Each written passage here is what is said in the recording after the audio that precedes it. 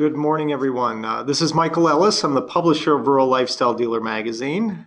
Welcome to another webinar with Bob Clemens, presented by Rural Lifestyle Dealer. And today's event is being brought to you free, courtesy of Yanmar.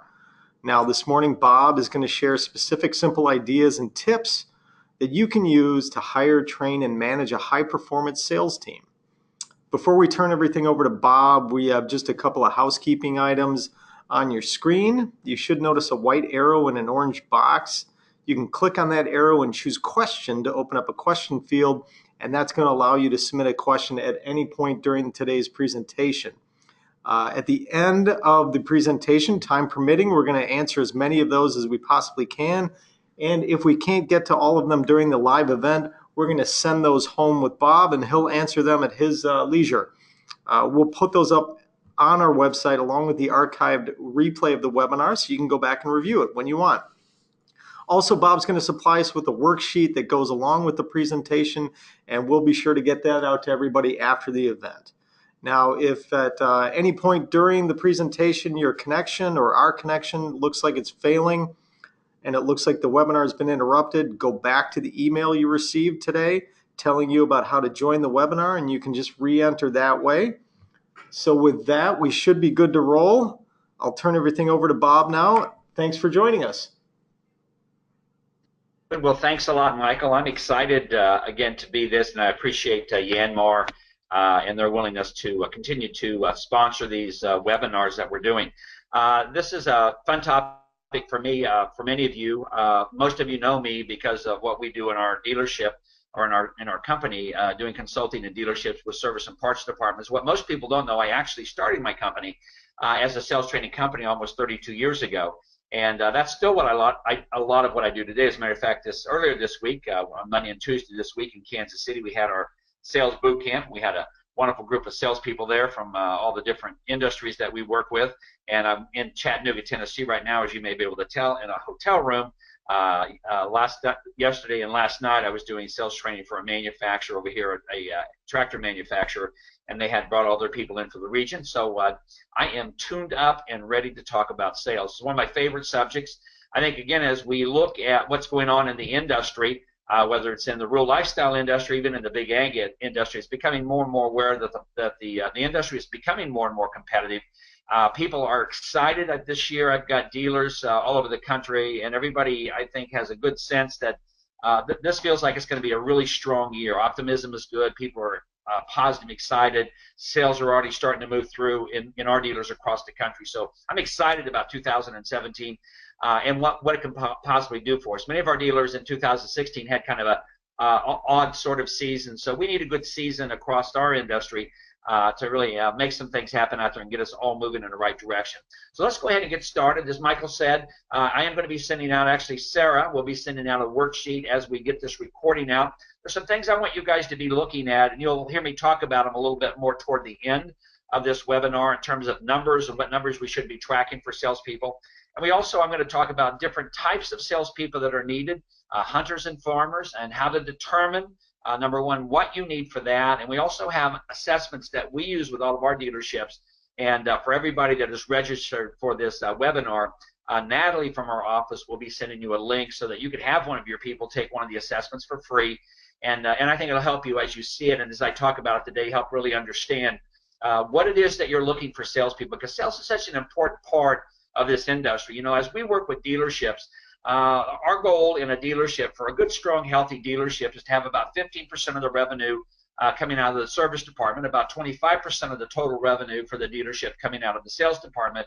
But I expect 60% of all the revenue in a dealership to be generated out of the whole goods, the sales side of the business. So every morning we wake up, we have a pretty big task on our hands as salespeople to make sure that we're getting that revenue in and we're keeping that dealership strong and healthy and profitable.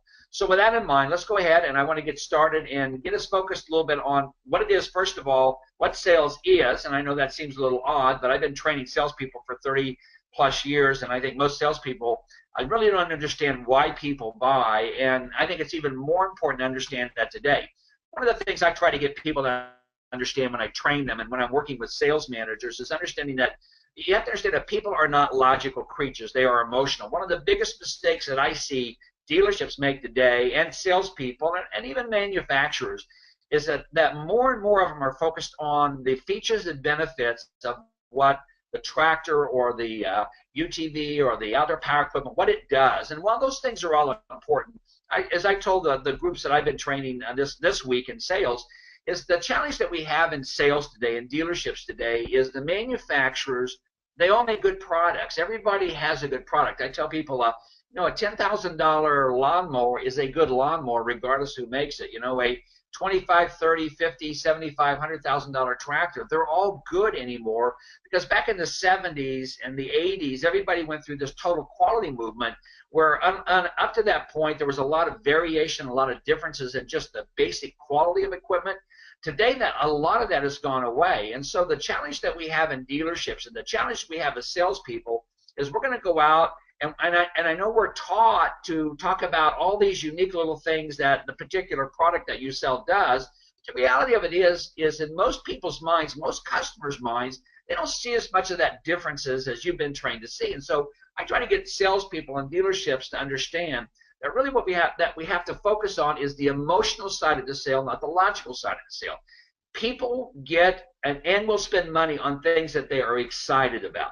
And that's when I tell people, when you're looking at salespeople and when you're hiring salespeople and when you're building a sales team, it's not about people have a real good ability to rotely explain things and take a brochure and walk people through step by step, logic point by logic point of why they should buy this piece of equipment or why this particular piece of equipment is a better piece of equipment.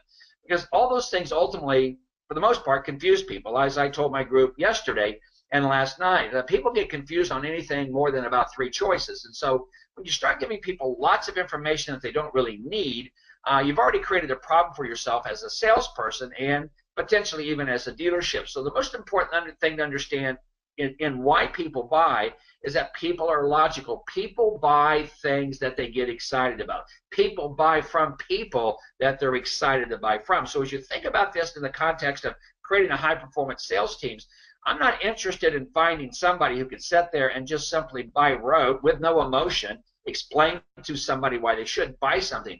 I got to tap into people's emotions as a salesperson. And it's the same is true in your dealership. If your dealership looks like just every other dealership, right, why should I spend more money to do business with you? I want people to walk into a dealership that gives them an experience of some sort, and I want people to meet my salespeople, and I want my salespeople to give those people an experience that they can't really get anyplace else. So understand that as we start thinking about building a high-performance sales team, most important thing for us to understand, in my opinion, is understand that people are not logical, they're emotional. If we're going to do and have success in sales, we've got to have salespeople that can get people excited about what they're selling. And I tell salespeople the easiest way to get a person excited is for the salesperson to be excited. I think that's one of the biggest issues that dealerships have today. You have salespeople who really aren't excited about the products that you sell or really about you as a dealership. And when you have salespeople who've lost the passion and excitement to sell, they become order takers. And I tell people, I don't need to spend a lot of money to get an order taker. Order takers are those people that you see at fast food restaurants. They're just waiting for somebody to come in, wave money in front of them, and take it. And that's not what we need today. You know, in the big ag industry, when the commodity prices were high and everybody was buying, my grandmother could sell. I mean, people were walking in my brother's farm, and this is the reason I know this. And people could walk in and they were waving cash in their hand at the end of the year to spend it so they didn't have to pay taxes on it. There was nothing to selling a few years back in the big ag industry. You still see a little bit of that in the rural lifestyle market, but it's starting to shift and change. So we're at a point today, and I think for the last year I have been doing more and more and more sales training with dealerships because I think dealerships are finally understanding that I got to change what I'm doing here. I've got to number one, find the right people, and then when I find them, I've got to train them how to sell, and not training them just on the products that we're selling, and that's important. I tell people again, it's important that you understand your products, you have a good knowledge and understanding of it, but I've got to train and find people and train people who are passionate and excited about the products that we sell and about the dealership itself, because I tell people today, if you can get your customers excited, they will spend money with you. Because the most important thing that you need to understand in sales, I think, is that people don't buy products and services, they buy people. right? And I tell the dealerships I work with and the manufacturers that I do training for that the salespeople are really the product. When somebody walks into a dealership and they're walking in to talk to you about a tractor or a UTV or a lawnmower, they've already made a decision to purchase something. In most cases, 80% of the people when they come into a dealership have already made a decision, I'm going to buy that. So they're not really looking at what to buy. And if they walked into your dealership, they already are comfortable with the brands that you sell. Okay, so they're not even really trying to decide what brand do I want. They may have a couple that they're thinking about, but for the most part, people come into your dealership, in my opinion, number one, because they're comfortable with the brands you sell. You have huge signs all outside of your dealership that tell people what you sell, so it's not like it's a mystery. They're not coming in and discovering all of a sudden what you sell. They know what you sell, so they're comfortable with what you sell, or they wouldn't have came into your dealership, right? And they've already made a decision in most cases that they want to buy something, or they wouldn't be out there walking around and talking to people about it. I believe personally, and I've been selling myself personally since 1973, I believe that most people have made decisions to buy. What they're really looking for is a salesperson to buy it, to sell them on it. And they want somebody that they can like and trust. One of the most important things to understand in selling, I believe, is that people buy from people they like and trust. If I've got a $40,000 or $50,000 purchase I'm going to make, and I'm standing there talking to somebody that doesn't ever look like they've handled $40,000 or $50,000, I'm not going to give it to you. And so as I tell salespeople, you got to look like somebody people would want to do business with. I think one of the most important things that salespeople can do today is make sure that they look right as a part of what they're doing. As I was doing my training yesterday, we had a conversation, and I asked the sales group, the sales team that was in my groups, I said, if you introduced a brand new product into the marketplace and you wanted people to get excited about it and purchase it, what would you do to it?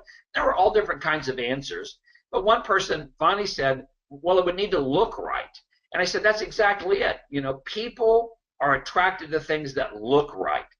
They're already going to buy your product, but they're looking for a salesperson that they trust that could give it to them. And so I asked this young man, I said, well, what do you mean look right? And we were talking about it, and I said, well, let's do this as an example. I said, if you went to a grocery store and you were going to buy a frozen dinner, and so you walk up to a case of frozen dinners, how do you decide which one that you pick?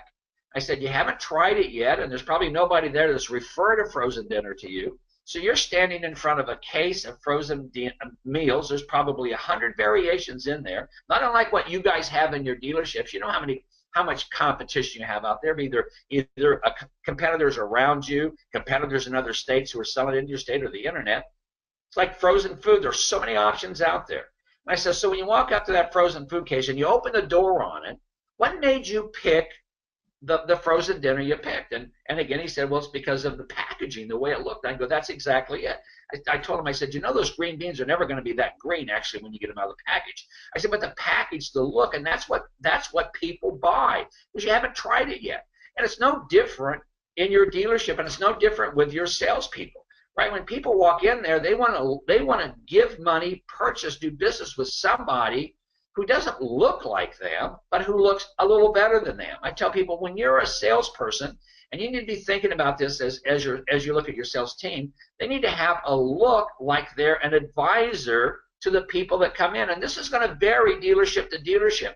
You're all in different parts of North America that are on this webinar. I don't know exactly how your people are going to need to look, but I will tell you as a sales trainer that people want to spend money with people who look like somebody they would want to give money to. You have to look like your customer's advisor. I can't have you looking like the customer. I can't have you wearing old tattered clothes or some stupid t-shirt or a tattered old hat. I need you to look the part. So if somebody's going to give you $30,000, $40,000, $50,000, $100,000, $150,000, you better well look like you're somebody that's touched that kind of money before, or you're just not going to get it. And so again, so when you're thinking about salespeople and you're thinking about building this high-performance sales team, to me, one of the most important things to be thinking about is, what am I looking for here? I want people who have the look that I'm looking for. I want people to know the product. I'm not saying that knowing the product's not important, but I've also got to have people that are excited and passionate about what they're going to do, because I truly believe that your salespeople are what people buy. And so when people walk away from your dealership and they didn't buy from you, you can blame the manufacturer because the manufacturer, quote unquote, didn't do a good job marketing. But keep in mind, marketing is all about getting people in your dealership. So if they're coming in, maybe it's not that the manufacturer's not doing a good job marketing. Maybe your salespeople just simply suck at what they do. And I tell people again, so if your salespeople aren't good and they don't do a good job, I don't care how much marketing money you spend, people are going to come in and they're going to meet them and they're going to walk away because your salespeople didn't look like somebody they would want to do business with. So I want you to understand that that's an important part of this piece. People buy your people. They've already made a decision that your products are okay, and quite frankly, they've probably already made a decision that your dealership is someplace they would buy from or at least neutral to them. Your salespeople's job is to get those people passionate and excited about taking and giving them their money, which is trust and security, giving it to them for that product or that piece of equipment to do it with. So you have to ask yourself a question as an owner or as a sales manager, do my people look like somebody that people would want to give money to? And if they don't, that's the first thing you got to change. You want to have a high-performing group of salespeople. You have a group of people out there that are passionate and excited that people want to do business with. So let's talk about that. What are some of the top qualities of salespeople? Well, I think one of the number ones is I want salespeople to be self-starters. I don't have to drag you out of bed. I don't want salespeople that come in late in the morning or bitching and complaining about having to stay after 5 o'clock. I want people that wake up in the morning that are passionate and excited about the opportunity they have and to be able to connect with people and get people excited about connecting with the products that they sell. The thing I've seen, and I've been in sales since 1973, top salespeople, you don't have to wake them up in the morning, and you have to almost talk them into going home. You know, top salespeople, the customer says, well, I can't be there till after 5, and I know you guys close at 5 o'clock. Top salespeople say, well, guys, that sucks.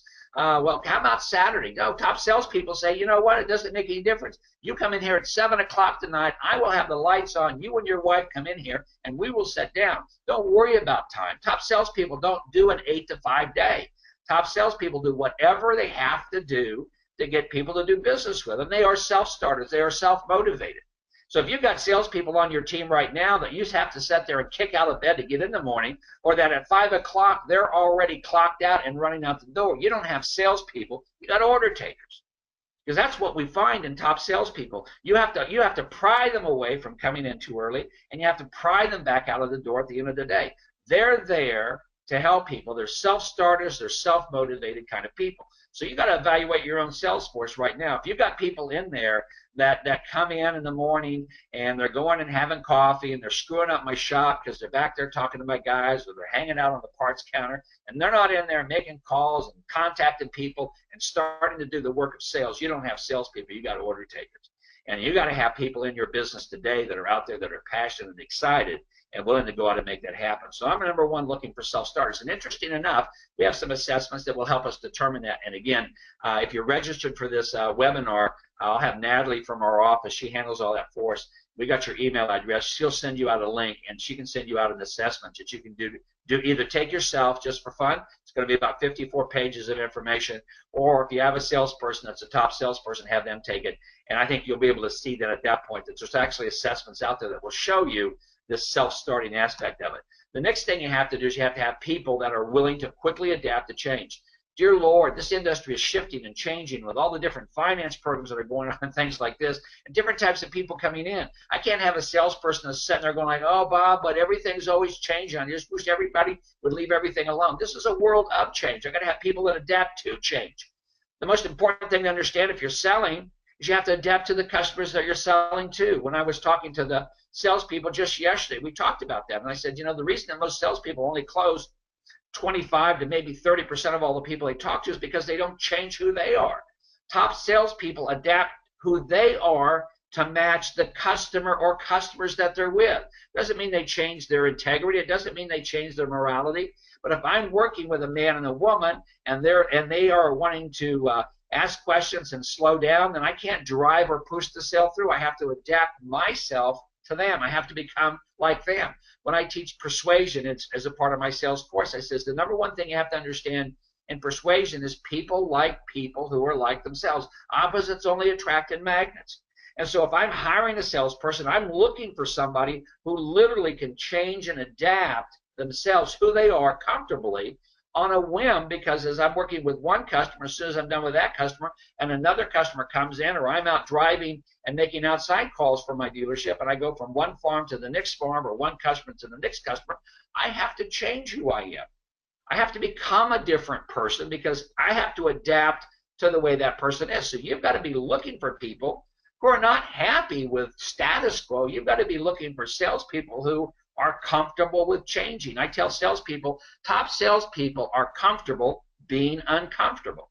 Most people, when they get uncomfortable, are uncomfortable. Top salespeople are okay. They're comfortable with being somebody different, to adapting who they are. So as you're looking for top salespeople, you're looking for that quality of adapting quickly to change. And that comes out in their personality. And again, we have these assessments that we do for dealerships as they're hiring salespeople. I can pretty well tell you when you hire somebody, where do they fit in that continuum? You also have to find people that are motivated by either one of two things: motivated by money, not the love of it, but they like money, they like how it works, or motivated by winning. So again, I tell people again, sales has a natural motivator to it. You're either going to be motivated by money or motivated by winning. Now, I'm not a money-motivated person. I think I'm a very good salesperson, but I hate to lose. So I tell people again, so I'm a person that would be more motivated by winning. Every sale to me, whether it's a small sale or a big sale is a win. Now, some people, if it's not a big sale, then they don't make a lot of money on it. That's not as motivating to them. But to me, I don't care if it's a small little sale or I don't care if it's a big sale. In my mind, it's all still a win that I have the ability to do. So I'm looking for people who are motivated by money and winning, or motivated by money or winning. Either one of those work for me. And again, when there's assessments out there that look at the motivators, there are 6 key motivators human beings have. And as we do assessments, we can actually find out, as you answer questions on this assessment, what are your primary motivators? And again, my primary motivator is learning and winning. I love to learn new things, and I hate to lose. And so I'll do whatever I have to do. I'll spend however much time I have to do it. If I have to take and work on Sundays, it doesn't matter to me because I hate to lose. Don't do it for the money. The money's a nice thing, but I'm not a money-motivated person, but I am a winning-motivated person. So that's one of the things that you're looking for as you're interviewing people. Tell me about what you've done. And again, you can do those as a part of interviewing when you find it, but motivated by money and winning. The next one, again, and I think, again, is one of those things that we miss many times, but they're passionate about your dealership and they're passionate about your products. If you've got people that work for you that are no longer excited to work for you, it's time to move them on. Right? They're an order taker. If somebody walks in and they slowly get up out of their chairs and click off the internet that they were doing research on, and by the way, if you got salespeople in your dealership that are doing research during the day, right? They're not salespeople. We don't do research during the day. We do research early in the morning before people come in. We do research later at night or after the dealership's closed while there's nobody there. We're salespeople. Anytime we have the ability, when there's a customer available to be sold, to be contacted, to be touched, that's what we do for a living. That's who we are. So when you got salespeople around there pretending like they're busy because they're doing research on something, you don't have salespeople anymore. You've got order takers. That's not what salespeople do. Salespeople are passionate about touching people, reaching out, sharing the vision of the dealership, sharing the vision of the companies that you represent. They are excited about that. And I tell people again, that's why they sell more than anybody else, because they're passionate and excited about what they do. And people are not logical, they're emotional. They buy off of that passion. And that's why top salespeople are top salespeople and average salespeople are average salespeople. As I said yesterday to a group of people, I've seen guys that are average salespeople or below average salespeople, and they're whining and moaning and complaining because they got a bad territory.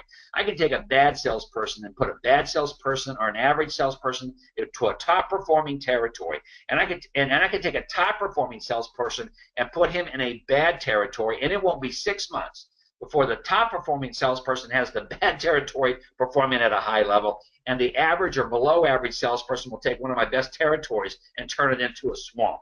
So I tell people again, it's all because of passion and drive and energy, and those are the things that you're looking for in a salesperson. If I'm interviewing somebody that's a salesperson, and I don't get a sense that they're passionate about selling, and I don't get a sense that they're passionate about helping customers and finding customers and things like this, I'm not going to have a high-performing salesperson. I want somebody that is excited about what they do and can continue to keep themselves excited day after day, hour after hour when they're in a dealership. Top-performing salespeople don't always make sales. The top-performing salespeople are motivated and they can keep themselves motivated when everything else starts to fall apart around them. So I just want you to understand that that passion, right, and that excitement and that enthusiasm for what they do is an important part of looking for those high-performance salespeople.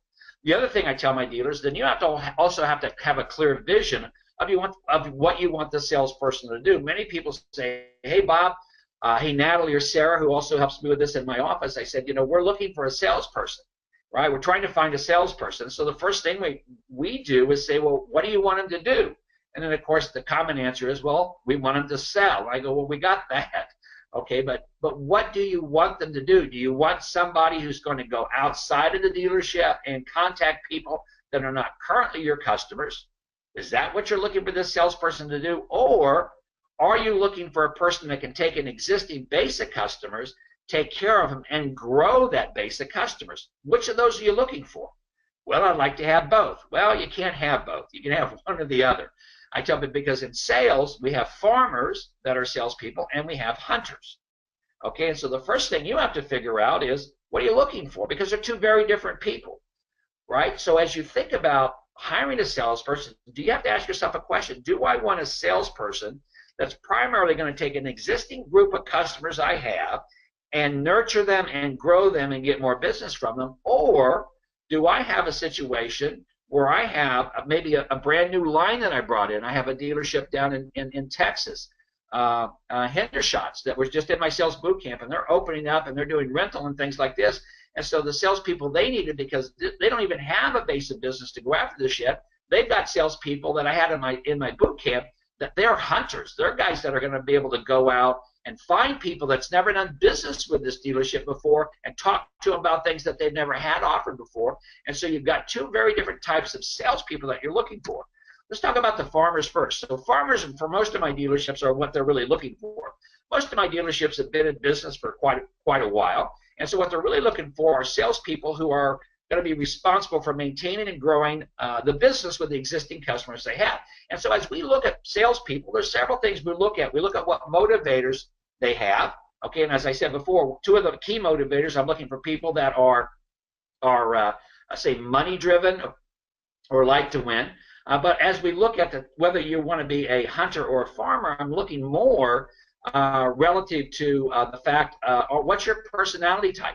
And so when I'm looking for farmers, I'm looking for people, as I test their personality, I'm looking for people that are higher in the influencing part of their personality and that steady, where they like people and people like them, but they will follow up and follow through and continue to do things like that. So that's the personality type I'm normally looking for a farmer.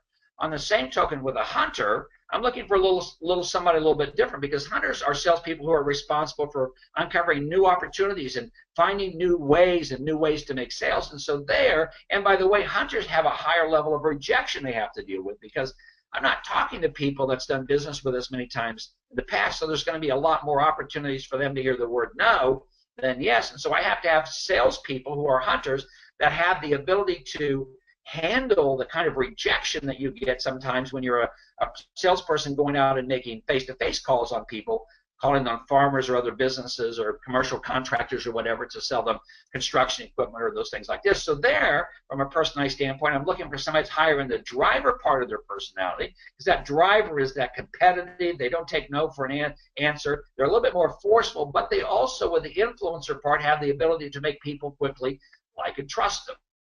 So again, as you think about the type of salesperson you want, you really have to make a decision on that as a owner or as a sales manager. Am I looking for a farmer, which is a little bit different person than a hunter? I'm a sales guy. I'm not a farmer. I'm a hunter. I always laugh. People say, gosh, Bob, we need you. And I go, no, you need a farmer. I would be a terrible salesperson for you.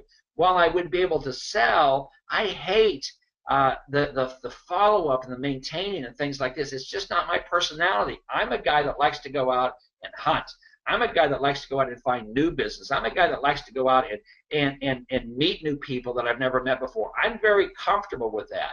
So I'm the hunter type person. So if you were a dealership that was getting ready to break up on a new territory, or open a new store someplace, or take on a new line that you've never handled before, and you needed to reach out to customers you never reached out to before, I'm your guy.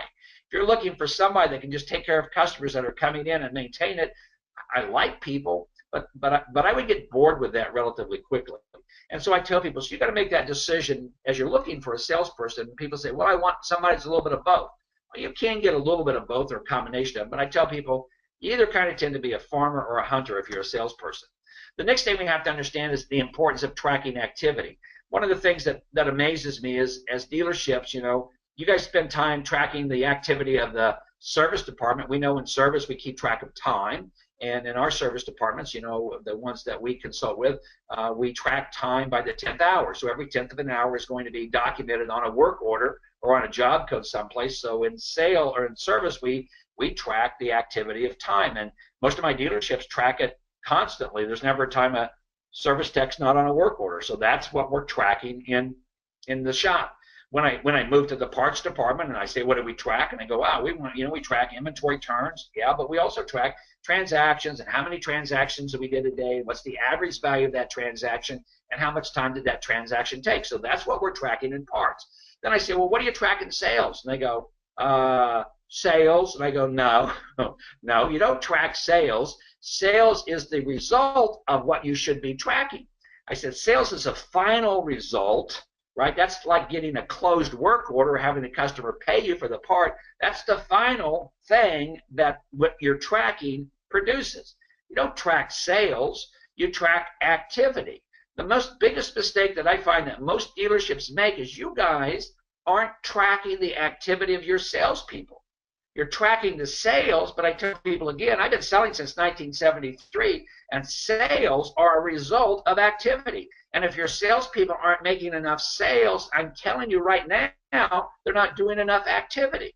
And you say, well, how much activity do they need to do? And I go, well, that varies based upon their skill as a salesperson.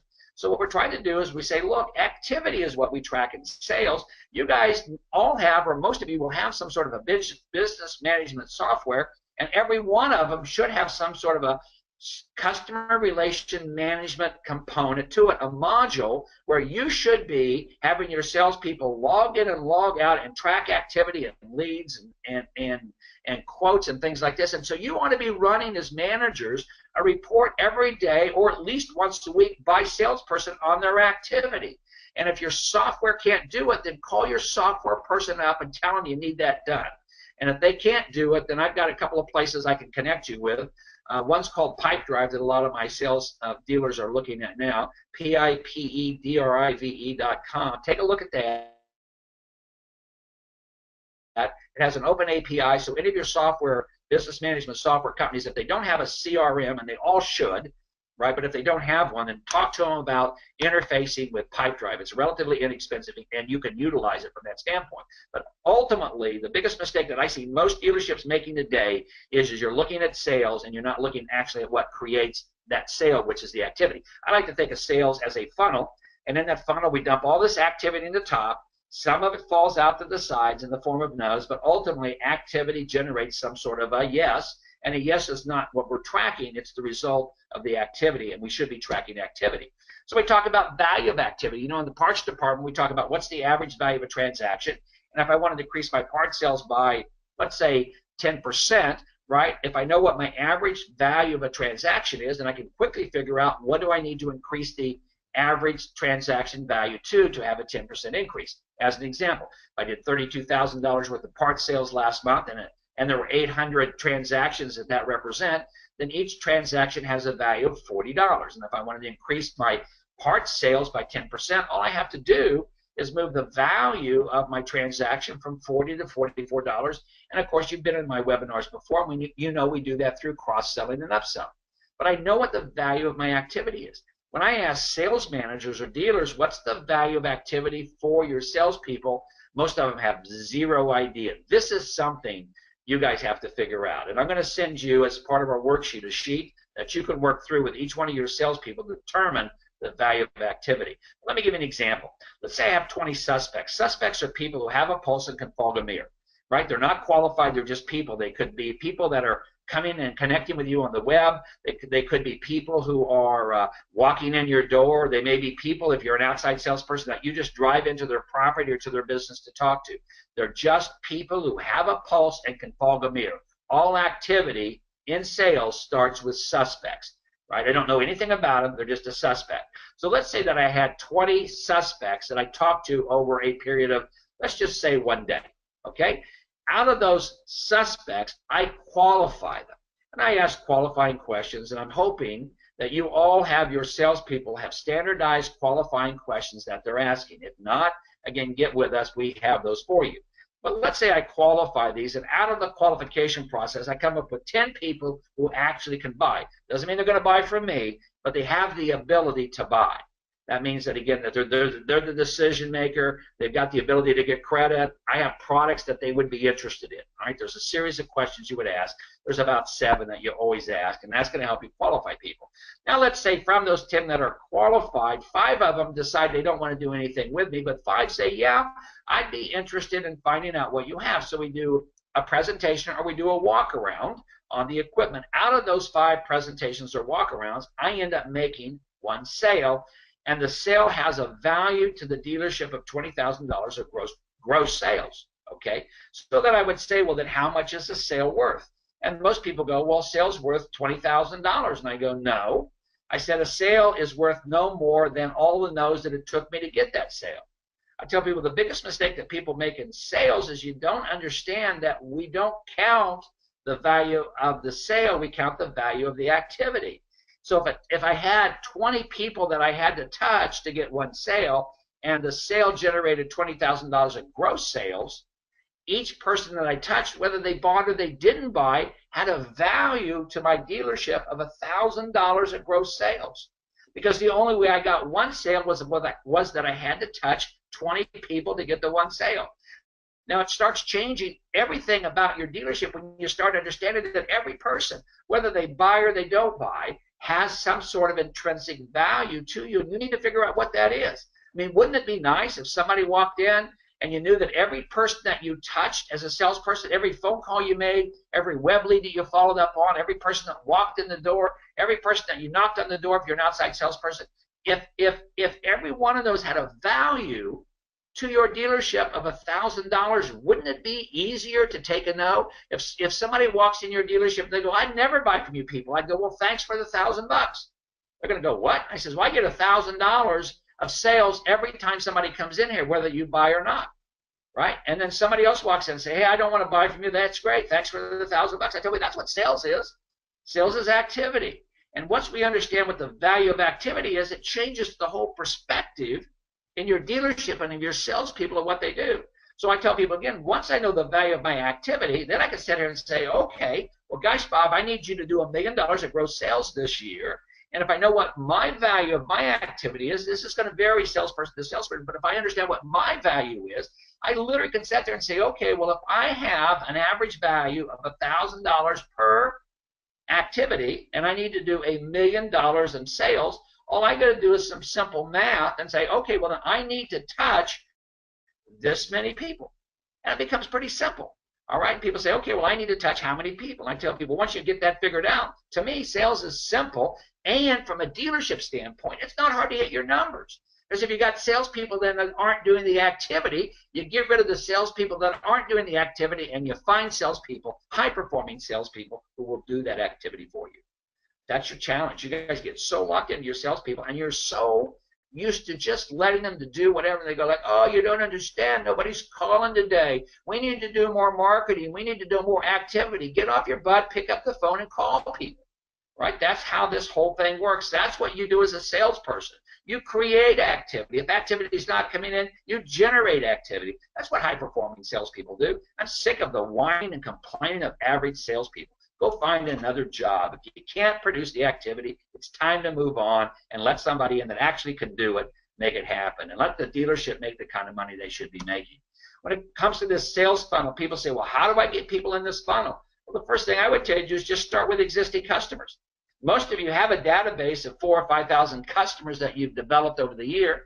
When I have a dealership that hires a new salesperson, they go, how do I start? And I said, and I just had this, David Ingram with Winona Tractors down in Winona, Mississippi, good client of ours. And David hired a new salesperson last year. His name is Paul, wonderful young man, back in my boot camp again this year. He didn't have anybody to call on, so David ran a report out of his business management software. David's been in business a lot of years. And we took customers that had not bought from David in the last 5 years, but had bought between 5 and 10 years. And we ran a report of all those customers, and David had over 2,000 customers that nobody in the last 5 years had even touched. And so we took those, and I gave those to Paul, and I said, Paul, let's just take 400 of them and throw in your funnel, and here's what I want you to do. I want you to call up every one of these people and just say, hey, my name is Paul. I'm with Winona Tractor. David Ingram, who the owner, wanted me just to give you a call and introduce myself and see if there was anything I could help you do. And that's what he did. It's called a warm call. And he ended up with almost $1 million in sales his first year in sales. Because I tell people again, because most of these people, they were right into that time frame when they should sell between 5 and 10 years. And I had people say, well, why didn't you have him start earlier? Because if I got a salesperson that sold somebody in the last 5 years, that's still their customer. But if you're a salesperson and you sold somebody 5 years ago and you haven't touched them for 5 years, they are nobody's customer anymore. And any new salesperson should have access to them. Another way I do it is through a breakfast club. A breakfast club is a kind of a cool idea. But as a salesperson, I used to go out and I used to find other salespeople that I knew that sold to my customers, the same customer I sold to, but didn't compete against me. And so I would go out with them, and I'd find 4 or 5 of these people, and I'd say, hey, look, we use the same customer. We don't compete against each other. How about we get to come to breakfast once a week on a Monday morning at 7 in the morning. It's Dutch treat. Everybody buys their own breakfast, and let's swap leads back and forth. You know people who need what I have. I know people who need what you have. How about we just share leads back and forth? It's a phenomenal way to get sales, and that to me is probably how I would do most of my sales. Then you can ask for referrals. I tell people, selling 101, if you have somebody that likes you, the first thing you should do is say, gosh, you know, anybody else like yourself that might be interested in what we do? The average customer will give you 3 names. Out of the 3, 2 won't be any good. It's not that they won't be any good. They won't be interested in buying, or they already are okay. 1 will probably be interested, and if you continue to do that in 90 days, you'll have over 1,500 people in your funnel. Most of them, or a lot of them, you can't deal with because they're outside of your territory, they're outside of your area. But I tell people, but what if only 10% of them were people that would fit? You'd have 150 people in 90 days who had an interest in doing business with you. And the last, and to me, the lowest value person is just somebody who randomly walks in your door. But that's how you fill that sales funnel. So when salespeople say, well, who do I talk to, what I do, it's easy to create the activity to dump in that funnel. How much do you need? If you're a brand new salesperson, you should have 400 names in your funnel, and your job is to work through those names. And every day, if some of them fall out, maybe 1 buys and maybe 10 says, don't ever bother me again, you got 10, right? Or you got 11 there, you had 1 sell and 10 went away. Your first job every day is to put 11 more back into the top of that funnel. We never, ever let that funnel go below a certain number. So that funnel is an important part of the selling process. Then you just got to know your numbers. Now, this is a sheet, so you don't have to worry about writing this down. This is a sheet that Sarah's going to be sending you. And this is what I want you to do as a manager or as a salesperson. I want you to know each person should know their numbers. Each person should know how many people per day do they touch, contacts per day. Not how many people do you sell, how many people do you touch. You make phone calls to, handle web leads on, go out and see. How many per day do you do this? Of those, how many, when you qualify them, actually are qualified to do business with your dealership? So qualified contacts. From those qualified contacts, how many do you end up doing a presentation or a walk around on? From those, how many end up turning into a closed sale, which is your closing ratio? There's no salesperson that works for a dealership that shouldn't know what their closing ratio is.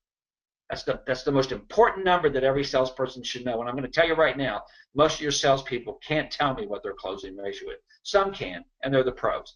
Then you take your closed sales, you divide it by the income, then you take income divided by total contacts, and that tells you the value of each contact or activity you have there. Sarah's going to send this out as your worksheet. I'd love for you guys to take the time and have your salespeople take this for 1 week and track their contacts to qualified contacts to presentations, presentations to closed sales to income divided by total contacts. And I will tell you, in 1 week, if you do this, and you have your salespeople each do this in 1 week, you will know more about what you're going to need to do to hit your sales numbers than anything else you're going to do. So this is going to be a sheet. Sarah's going to send this out as a part of this webinar. Make copies of it, do it, start tracking this information on your people. Then let's talk about compensation briefly as we wrap up, and then we'll get ready to ask or answer some questions you might have. So the other thing is make sure that your sales compensation program is based both upon activity and sales. And again, I know a lot of people have all different kinds of compensation programs, salaries, and then salaries and bonuses on gross sales or bonuses on net sales. Some of my dealers let the manufacturer spiff flow back to the salespeople. There's a million different ways to do it. I don't care how you do it, and we can help you if you need some help building the compensation program for either an inside or an outside salesperson. But I tell people again, make sure it's based not just on sales, but on activity and sales. Tie activity, some level of activity every day, every week, every month into your compensation program. Hold your people accountable for activity. If the activity's there, the sales will be there. If you just hold them accountable for sales, they're going to start whining and moaning and complaining because there's not enough activity. You're not marketing well enough. You're not getting enough people in. Salespeople, not the dealership, salespeople, not the marketing department, salespeople are responsible for creating and generating activity if it's not coming in on their own. All right, so again, make your compensation program activity-based and sales-based. All right, so if it's an inside salesperson. So again, you've heard me talk. I just did a live cast, I think it was last week or the week before last, on compensation. There's really 3 different ways you compensate people. You have individual compensation, you have team compensations, and you have pool compensations. Well, in sales, on inside sales, normally, so these are people here that are not actually going outside of the dealership. Okay, people are coming into them. It's more of a retail setting.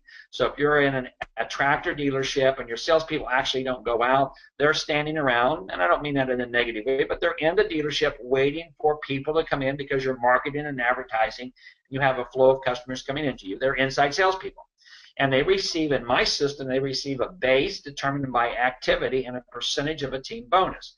So let's say that I have a salesperson that's a new salesperson. I might start their base at, say, $400 a week, and they would get maybe whatever percentage of the team bonus they get based upon their activity. So if you have $400 a week base, I would expect you to do a minimum of 20 contacts or touches a day. If you have a $500 base, I would expect 25 touches, contacts. If you have a $600 base, I would expect 30. But it's a base determined by activity, okay, and a percentage of the team bonus. The team bonus is that salespeople, when you're working as a retail salesperson, you want to have everybody just simply pulling all the money that is the bonus into a pool and dividing that out then at the end of the month based upon activity levels. So as an example in the little pie chart there, Sally has the most activity of the group. So Sally, and I think when I did that, Sally's got like 42 or 40% of all the activity that was generated that month was generated by Sally. So Sally would get 40% of that team bonus. And if Ben had 38% of it, then Ben would get 38% of it. And then if Bob, that would be 78%. So Bob would only have done 22% of the activity, and so Bob would only get 22% of that bonus based upon activity. So I tell people again, when we do inside sales, I like to have each person responsible for activity, right? And if you're not doing the activity, you shouldn't share equally in the bonus like everybody else does. So I do the bonus based upon activity. So I put all the money together in a pool. So I take percent of activity divided by the team bonuses. That's how everybody gets paid as inside salespeople. That way everybody's sitting there working hard, trying to keep everything moving. If you've got outside salespeople, we do it just a little bit differently. So outside salespeople are compensated based upon net profit from their sales. And so if I have a customer out there that comes in to the retail setting, the outside salespeople get all of the bonus off of that. Okay, so that's a part of what you have to do as an inside salesperson. You are going to help sometimes take care of the people that come in that the outside person has generated. So outside salespeople receive a base. Again, it could be any amount. It could be a $25,000 a year base, or a $30,000 a year base, or a $40,000 a year base, depending upon what you're trying to do and how you're trying to help do it. Because keep in mind, outside salespeople are typically not calling on people that, in most cases, that are currently big customers of yours. Now, in some cases they are, right? But most of my outside salespeople are out there breaking out new territory. They're the hunter. And so you're going to have to give them a better base because they're out there digging around and going through the mountain of dirt to find the gold nugget. So their base is bigger. And then most of my situations, my outside salespeople get 10% of the net profit of their sales. And again, it depends upon how we do it. I have some that as the sale continues to move from an outside sale to an inside sale, where the customers are now being maintained by the inside sales force, the outside salesperson gets a reoccurring revenue on that for some period of time that starts to diminish. So they go out and they build it. They continue to get revenue off of that year by year. Each year it gets a little bit smaller because I want to encourage them to go out and open up new business, but I also want to make sure that they're getting some aspect of that ongoing business for maybe the next 3 or 4 years to do that with. So again, lots of ways you can do the outside compensation program. But I will tell you that, again, on the inside, all my inside guys are bonused on activity, or I expect them to, they get their base on activity, and then their bonus is pooled in most cases. And then my outside guys get a bigger base because it is a tougher job out there, and then they normally get some sort of a percent of net profit from their sales. And again, there's a lot of variations in that, and if you have questions or anything like that, I'd be happy to help you with it. You can call Jim or Jeff, Brian, any one of our advisors in our offices there, and they can reach out and help you put together compensation programs that will work there. I just want to say, as we wrap up and we go to questions here, this to me is the time. This is the year that you really want to focus on your sales. Hopefully, if you've been following me for years, you got your shops cranking out and your parts department's doing good. Let's make this the year that we focus on and really create that high-performance sales team. I know all of you have salespeople. This is the time of year that you want to sit here and say, gosh, do I really have the right group? I want people that are excited, that are passionate, that are motivated, right, that come in early, that are willing to stay late.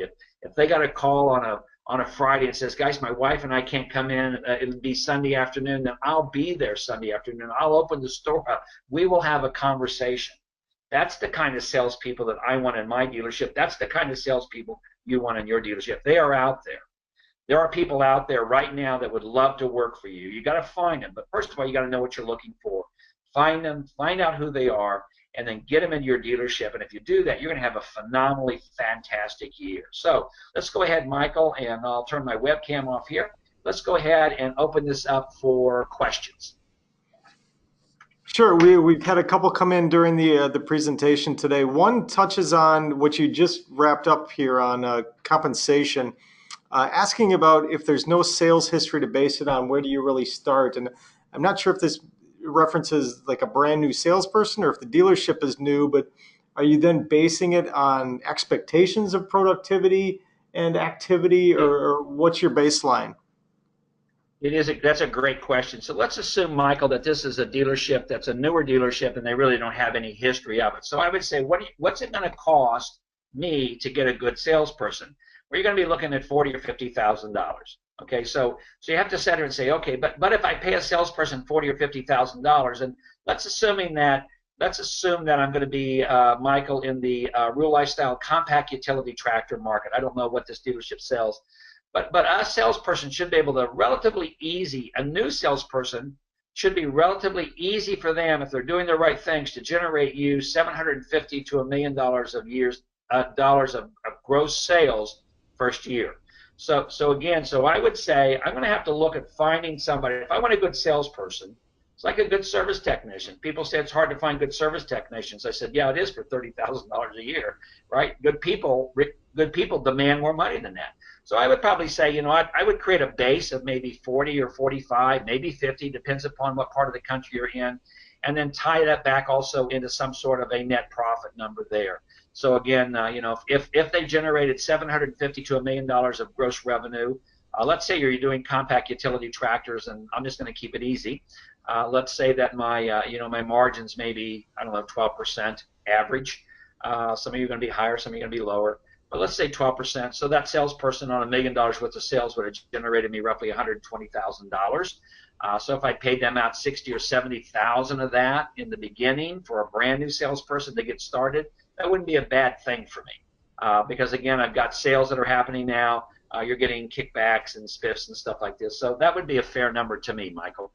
If they were selling compact utility tractors, if it's outdoor power, it might be a little bit different. But if I got a guy that's out knocking on doors and things like this, I'm going to need to pay somebody somewhere in that. If they're an inside salesperson, you're bringing people into it, then I would probably be able to pay them less, because it's a little bit easier to find farmers, Michael, than it is hunters. Hunters are like guys that hit baseballs over the fence. Farmers, again, are the guys that get on base, but the hunters are the guys that hit the home runs. So if it's a farmer that you're looking for, then I could probably find a farmer out there for $25,000 to $30,000 a year as a base of some sort, and then some sort of a percent of of net profit. Those are typically, by the way, Michael, how I set up my ones. So if we got a new salesperson that's inside and they don't really have a sales history, I'd probably start them off with $400 a week base. I would require them to make 20 touches a day for that, and I would give them some percent of the net profit on a sale. Okay, fair enough. We've had a couple come in relation to finding salespeople. I'm going to kind of bundle some of these together because they are related to one another. One, where do you find your best places are to find salespeople? And the second part to that question, when you're in that process, if you're not able to find one of these self-starters, is it better to hire a non-self-starter and maybe alleviate some of your stress in that regard? Or do you ride it out until you can find somebody? So good question. I get that question asked a lot. Where are the best salespeople at? They're in prison. They're called con artists. So that's not where you're going to look for your best ones. They just have no ethics or morality. So, but your best salespeople, I like to find people that came out of the automotive industry. Automotive salespeople are highly trained people. They tend to be really good at what they do. So that would be one of the areas I look for. I look for folks that have been in that industry because they go through a lot of training. And I know a lot of people say, well, I don't want people that are car salespeople. The car industry's changed a lot. So that would be one of the areas I would look for, Michael. Do Indeed or Craigslist or something like that and look in there. The other question is if I can't find a self-starter, am I better off to start with somebody that I might have to kick or motivate? I'm going to say kick. Motivate a little bit. Sure, we're in season right now, so I just need somebody. I mean, I don't want people to come into the dealership and walk away and not have been touched by somebody. So, yeah, right now I'd rather have honestly, I'd rather have an order taker than nobody because there are people that walk in that just will buy from you. So, yeah, so if I didn't have a self-starter, I would go ahead and bring somebody on that maybe I have to help motivate. I wouldn't plan on keeping them because all the time I'd be looking for a self-starter. But yeah, we're in season right now. So, when it's slow, that's when I'm out there looking for these people. Right now we're in season. So sure, I would take somebody on if it were me, if they were nothing more than an order taker. Right now we're getting ready to go into season, so I need somebody there that can at least talk to customers. So sure, I would bring somebody on that was maybe not a self-starter right now, but I definitely would be looking for a self-starter, Michael, as we go through it. And when I find one, I would change out my salespeople. Makes sense. How important do you feel it is to have an outside salesperson in order to be successful? That's a great question. We just talked about Hendershot's, and I know Ron won't mind me mentioning that they're a great dealership. We've done a lot of work with them over the years. They're adding a new product line, rental as a part of what they're doing, and sales with the new line. So they need an outside salesperson there. If you're a rural lifestyle dealer, maybe not as much. Maybe you could take somebody that is a good hunter and have them do a little bit of outside sales for you because they're probably calling on people that already know you, so just making some calls like that. So I think, again, Michael, from my perspective, if you're introducing a new product into the marketplace that's brand new, like Hendershot's is doing with what they're doing, they need an outside salesperson to go out and make calls because they're calling on commercial contractors and people like that that won't know that they handle this product. So I think, again, if I got a new product in, or I'm opening up a dealership in a new area, and again, if I'm in big ag or things like this, then I would definitely have an outside salesperson do it. Again, I'm going to tell you, an outside salesperson is going to be a little bit more expensive, but I also hold them accountable for activity, no different than I do an inside salesperson. So that's probably how I would do it. Great. Taking things in a slightly different direction, we've got somebody on staff here that loves to say selling on price isn't really selling. So the question is, how do you deal with another dealership or a mom and pop shop that's pretty close to you that is just lowballing on everything? Well, there's a couple of things. I would say it's just understanding that there are percentages of the people that are going to be price buyers. Statistically, 15% of the population buy based upon price.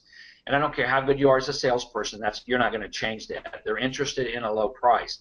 The nice thing about price buyers, Michael, is they tend not to be time sensitive. So if they come into you at season and say, hey, look, I want to buy this, but I'm only going to buy it if you get down here, and I might say, well, I'll probably sell this before season, but I tell you what, if it's still here in November and I'm getting ready to pay interest on it, you come back in November and you and I will talk. And the nice thing about price buyers, they don't tend to be price sensitive. So unlike some people say, I just throw them away. I don't throw anybody away. So there are 15% that are price buyers. 60% of the people out there are value buyers, Michael. So they buy and will spend more to do business with you as a dealership if you can show them that you're worth more money.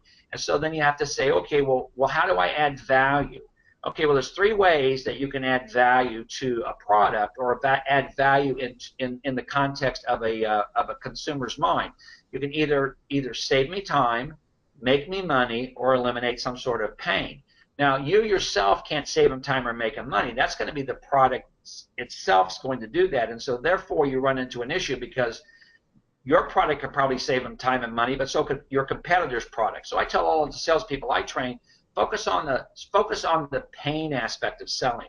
I always use this as an example. I said, what do we spend a year in our lives? If you think about your medicine cabinet, how much of the product in your medicine cabinet is designed for pain relief? And most of it's going to be because we hate pain, and we do everything we possibly can to move away from pain.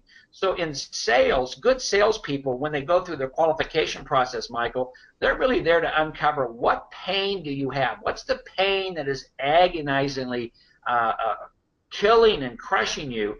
And then they show the customer how their dealership and them can help eliminate or remove that pain. So great salespeople don't focus on price. Great salespeople really focus on uncovering what the pain is. And then they show the customer how they can become the aspirin, the Advil, the Tylenol, and relieve that pain. And then those people will spend more money than to do business with you. Okay. And again, that's the difference between an order taker and a salesperson. The salesperson knows how to go in, figure out what the pain is, and then go back and do the walk around and showcase how that product will eliminate the pain that you just told me that you had as a customer. Then 25% of your customers are going to be relational or loyal, and they're going to do business with you, and they're not going to ever really ask you about price or beat you up on price. So again, there are price buyers. I would say again that I don't care how good you are as a salesperson, 15% of the people buy because of price, and there's nothing you or I, Michael, or anybody else is going to do about it. And there's always dealerships that are making a run toward the bottom, and I tell people say, well, I wish they wouldn't. Hey, this is the reality of business. I've been doing this 32 years. There's always a dealership coming in, and there's always a dealership going out. And so, and 80% of us in business have to deal with dealerships that are coming in that think it's all about price, and dealerships that are going out because they thought it was always about price. So you're going to deal with that. But it's really about, to me, Michael, it's about building those relationships with those customers, and again, working on building that long-term loyal relationship. That's what sales is all about. That's great. Well, the hour flew by. We're at the end of another session here. That's a pretty good indication of how great this one was. And we did have a number of questions that we didn't have time for. But as I mentioned at the beginning of today's webinar, the presentation, the audio is all going to be made available on rurallifestyledealer.com if you want to go back and review it. And that's where the answer to the remaining questions will be posted. So keep an eye on your email for the handout from Bob and his team. And we'll get that out to you shortly. On behalf of Bob and his team and our team here at Rural Lifestyle Dealer, as well as the folks at Yanmar, thanks very much for joining us. When you leave the webinar, a survey is going to pop up. If you wouldn't mind taking a minute or two to let us know what you thought of the event and any topics you'd like to see covered in the future, we'd appreciate it. Thanks again, Bob. We appreciate your time, and have a great weekend, everybody. Good. Thanks, Michael. Thanks, Yanmar, for doing this. Appreciate it.